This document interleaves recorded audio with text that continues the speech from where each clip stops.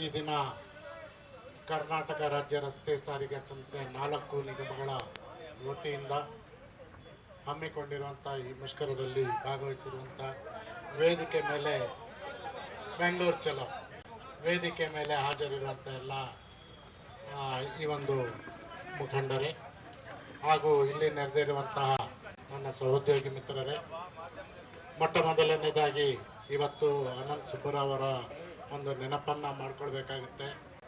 ಈ ಒಂದು 50 ವರ್ಷಗಳ ಕಾಲ ಈ ಒಂದು ಸಂಘಟನೆಯನ್ನು ಮುನ್ನಡೆಸಿ ನಮ್ಮನ್ನು ಅಗಲಿದ್ದಾರೆ. ಇವತ್ತು ಅವರು ಹೋದ ನಂತರ ಸರ್ಕಾರ ತನ್ನ ಒಂದು ನಿರ್ಧಾರವನ್ನು ಪ್ರಕಟಿಸಿದೆ. ತುಂಬ ಖೇದ ಆಗ್ತಾ ಇದೆ ಆ ವಿಚಾರದಲ್ಲಿ. ಎನಿಹೌ ಅವರಿಗೆ ಶ್ರದ್ಧಾಂಜಲಿಯನ್ನು ಅರ್ಪಿಸಿ, ಈಗಾಗಲೇ ನಾನು ವ್ಯವಸ್ಥಾಪಕ ನಿರ್ದೇಶಕರಾಗಿ ಬಂದ ನಂತರ ನಮ್ಮಲ್ಲಿ ನೌಕರರ ಬೇಡಿಕೆಗಳು ಏನಿತ್ತು, ನೌಕರರ ಒಂದು ಚಿಕ್ಕ ಪುಟ್ಟ ಬೇಡಿಕೆಗಳು, ದೊಡ್ಡ ಬೇಡಿಕೆಗಳು ಎಲ್ಲವನ್ನ ಮನಗಂಡ ನಂತರ ನನ್ನ ಹಂತದಲ್ಲಿ ಏನೇನು ಆಗಬೇಕಾಗಿತ್ತು ಎನ್ನುವುದನ್ನು ನಾನು ಬಂದಂತಹ ಒಂದು 15 ದಿವಸದಲ್ಲಿ ಆ ಬೇಡಿಕೆಗಳನ್ನು ಈಡೇರಿಸಿದೆ. ಮೊದಲನೇದಾಗಿ ನಮ್ಮ ಏನು ಎಂಪ್ಲಾಯೀಸ್ ಇದ್ರು, ರಿಟೈರ್ಡ್ ಎಂಪ್ಲಾಯೀಸ್, ಸುಮಾರು 100 ಕೋಟಿಯಷ್ಟು ಗ್ರಾಚ್ಯುಟಿ ಪೆಂಡಿಂಗ್ ಇತ್ತು. ಆ 100 ಕೋಟಿ ಗ್ರಾಚ್ಯುಟಿಯನ್ನು ರಿಲೀಸ್ ಮಾಡಿದೆ. ಅದೇ ರೀತಿ EL ಎನ್ಕ್ಯಾಶ್ಮೆಂಟ್ ಸುಮಾರು 50 ಕೋಟಿಗಳಷ್ಟು EL ಎನ್ಕ್ಯಾಶ್ಮೆಂಟ್ ಇತ್ತು, ಅದನ್ನು ಕೊಟ್ಟಿದ್ದೀವಿ. ನಿವೃತ್ತಿ ಬೆನಿಫಿಟ್ಸ್ ಏನು ಮುಂದಿನ ನಮ್ಮ ನವೆಂಬರ್ವರೆಗೆ ಬ್ಯಾಲೆನ್ಸ್ ಏನಿತ್ತು ಅಷ್ಟನ್ನು ಸಹ KSRTCಯಲ್ಲಿ ಕ್ಲಿಯರ್ ಮಾಡಿದ್ದೀನಿ. ಜೊತೆಗೆ ನಮ್ಮ ರೆಗ್ಯುಲರ್ ಎಂಪ್ಲಾಯೀಸ್ BDA ಏನಿತ್ತು ಆ BDAಯನ್ನು ಸಹ ಕ್ಲಿಯರ್ ಮಾಡಿಕೊಟ್ಟಿದ್ದೀನಿ. ಅದ್ರ ಜೊತೆಗೆ ರಿಟೈರ್ಡ್ ಎಂಪ್ಲಾಯೀಸ್ಗೆ ಏನು ಕೊಡಬೇಕಾಗಿತ್ತು ಅದನ್ನು ಸಹ BDAಯನ್ನು ತಲುಪಿಸಿದ್ದೀವಿ. ಸೊ ಹೀಗೆ ನಮ್ಮಲ್ಲಿ ಇದ್ದಂಥ ಎಲ್ಲ ಒಂದು ಬೆನಿಫಿಟ್ಸ್ ಏನು ಕೊಡಬೇಕಾಗಿತ್ತು ಕೊಟ್ಟ ನಂತರ ನಮ್ಮ ದೊಡ್ಡ ಬೇಡಿಕೆಗಳೇನಿತ್ತು, ವೇತನ ಪರಿಷ್ಕರಣೆ ಇರ್ಬೋದು ಅಥವಾ ನಮ್ಮ ಬೇರೆ ಬೇರೆ ದೊಡ್ಡ ಬೇಡಿಕೆಗಳ ಬಗ್ಗೆ ಸರ್ಕಾರದ ಹಂತದಲ್ಲಿ ಮಾನ್ಯ ಮುಖ್ಯಮಂತ್ರಿಗಳ ಸಮ್ಮುಖದಲ್ಲಿ ಸುಮಾರು 3 ಬಾರಿ ಈ ಚರ್ಚೆ ಆಯಿತು. ಅದಾದ ನಂತರ ನನ್ನ ಹಂತದಲ್ಲಿ ಯಾವಾಗಲೂ ಅವರ ಡೇಟ್ ಕೇಳಿದಾಗ ಇಮ್ಮಿಡಿಯೇಟ್ ಆಗಿ ಸ್ಪಂದಿಸಿ ಅದನ್ನು ಚರ್ಚೆ ಮಾಡಿದ್ದೀವಿ.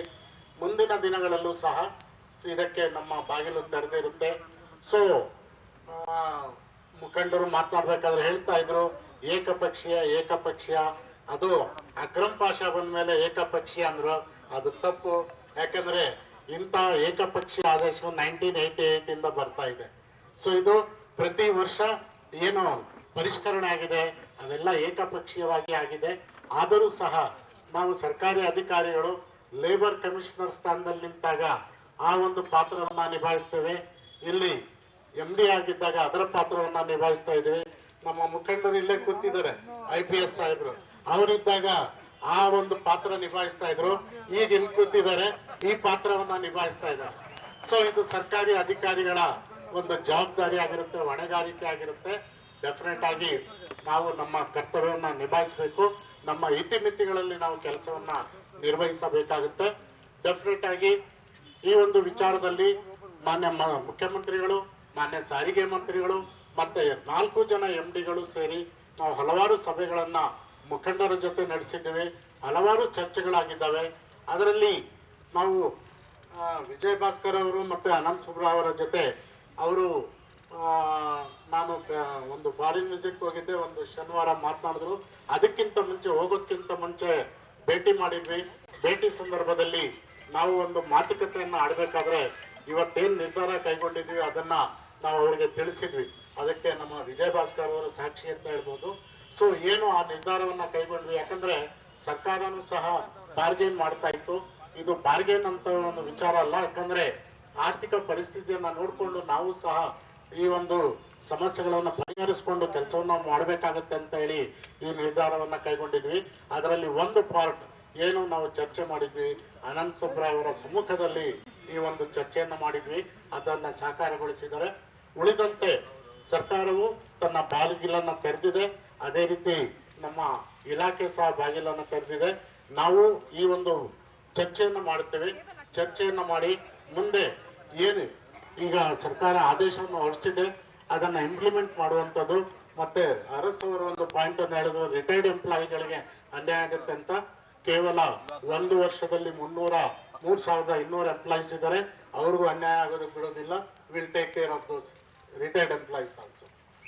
ಸೊ ಹೀಗೆ ಮುಂದಿನ ದಿನಗಳಲ್ಲಿ ಈಗ ಸರ್ಕಾರ ಏನು ನಮಗೆ 14 ಡಾಕ್ಟರ್ ಶ್ರೀನಿವಾಸ ಮೂರ್ತಿ ಅವರ ಕಮಿಟಿ ರೆಕಮೆಂಡ್ ಮಾಡಿತ್ತು, 14 ತಿಂಗಳ ಒಂದು ಅರಿಯರ್ಸ್ ಅನ್ನ ಕೊಡಬೇಕು. 718 ಕೋಟಿಯಷ್ಟು ಅದು ಅರಿಯರ್ಸ್ ಇದೆ, ಅದನ್ನ ಕೊಡೋದಕ್ಕೆ ಒಪ್ಕೊಂಡಿದ್ದ ಆದೇಶ ಆಗಿದೆ. ಅದೇ ರೀತಿ ಈಗ ಉಳಿದಂತ 12 ತಿಂಗಳ ಒಂದು ಕೋವಿಡ್ ಸಂದರ್ಭದಲ್ಲಿ ಇದ್ದಂತ ಒಂದು ವೇತನ ಬಾಕಿಯನ್ನು ಕೊಡೋದಕ್ಕೂ ಒಪ್ಕೊಂಡಿದ್ದಾರೆ. ಸೊ ಹೀಗೆ 1,271 ಕೋಟಿಯಷ್ಟು ಹಣವನ್ನ 72 ಕೋಟಿಯಷ್ಟು ಹಣವನ್ನ ನಮ್ಮ ಸರ್ಕಾರ ಕೊಡೋದಕ್ಕೆ ಒಪ್ಕೊಂಡಿದೆ. ಈಗ ನಾವು ಇಮಿಡಿಯೇಟ್ ಈಗ ಬಜೆಟ್ ಬರುವಂತ ಸಂದರ್ಭದಲ್ಲಿ ಅದಕ್ಕೆ ಬೇಡಿಕೆಯನ್ನು ಇಟ್ಟು ಆ ಒಂದು ಹಣವನ್ನು ಪಡ್ಕೊಂಡು ಅತಿ ಶೀಘ್ರದಲ್ಲಿ ಅದನ್ನು ತಲುಪಿಸ್ತೇವೆ. ಉಳಿದಂತೆ ಈಗ ಏನು ಸರ್ಕಾರ ಆದೇಶದಲ್ಲಿ ಹೇಳಿದೆ, ಮಾತುಕತೆಯನ್ನು ಮಾಡಿ ಸಂಘಟನೆಗಳ ಜೊತೆ ಚರ್ಚಿಸಿ ಈ ಸಂಘಟನೆಯಲ್ಲಿ ಈಗ ಒಂದ್ ನಿಮಿಷ ಶಾಂತ ಚಿತ್ತದಿಂದ ಕೇಳಿ. ಬೆಳಿಗ್ಗೆಯಿಂದ ನೀವುಗಳು ಕೇಳಿದ್ದೀರಾ, ನನ್ನ ಮಾತನ್ನು ಆಲಿಸಿ.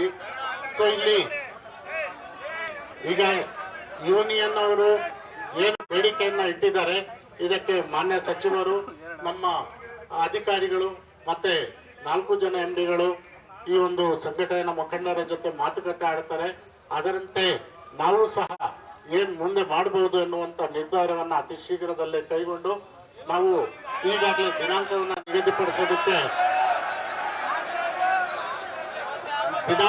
ನಿಗದಿ ಮಾಡೋದಕ್ಕೆ ಕೇಳ್ಕೊಂಡಿದ್ದೀವಿ.